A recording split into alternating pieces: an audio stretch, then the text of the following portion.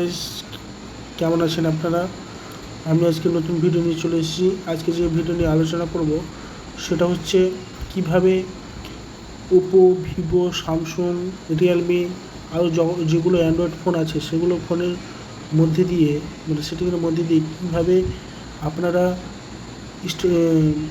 সব কিছু ফোনের সম্বন্ধে জানতে পারবেন। র্যাম কত, রম কত, স্টোরেজ কত, তারপরে আপনার কখন ব্যাটারি কন্ডিশন কেমন, সব কিছু অল ইনফরমেশন কোথায় পাবেন সেটা আমি জানাবো। তো সর্বপ্রথমে সার্চ করতে হবে সেটিং। তো সেটিংয়ে গিয়ে সার্চ করার পরে এখানে ক্লিক করতে হবে। সেখানে ক্লিক করার পর ওই যে সে চলে আসছে, এখানে কানেকশান আছে,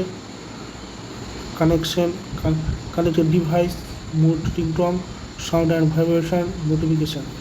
তো সর্বপ্রথম আমি নিচে চলে যাবো, সব থেকে নিচে যাওয়ার পরে এই যে আমি যে অপশানটা দেখতে পাচ্ছি অ্যাবাউট ফোন। কারো মোবাইল, যে কোনো মোবাইল থাকুক না কেন, এই অ্যাবাউট ফোনেই সব কিছু থাকে। এই অ্যাবাউট ফোনেই সম্পূর্ণ ইনফরমেশান দেওয়া থাকে।